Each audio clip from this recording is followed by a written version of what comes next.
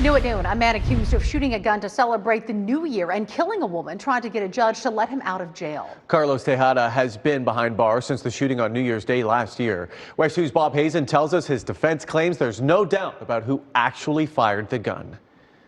Investigators say Carlos Tejada at first claimed he was the only one firing his gun in celebration, but his lawyer came here today to argue there is new evidence that undermines the case against him. The weight of the evidence for the state is undoubtedly weakened. 45-year-old Carlos Tejada stood in court more than a year after his arrest. Kissimmee police say he fired the shot that killed 56-year-old Carmen Ochoa. She had walked out onto her back porch to record fireworks just after midnight on New Year's morning 2025 when she was hit by a bullet.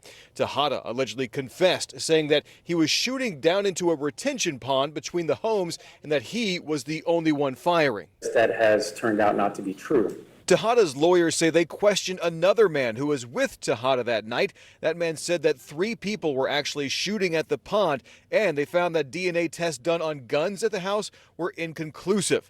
The lawyer suggested those revelations weaken the state's case enough that Tejada should at least be able to post bond and leave jail.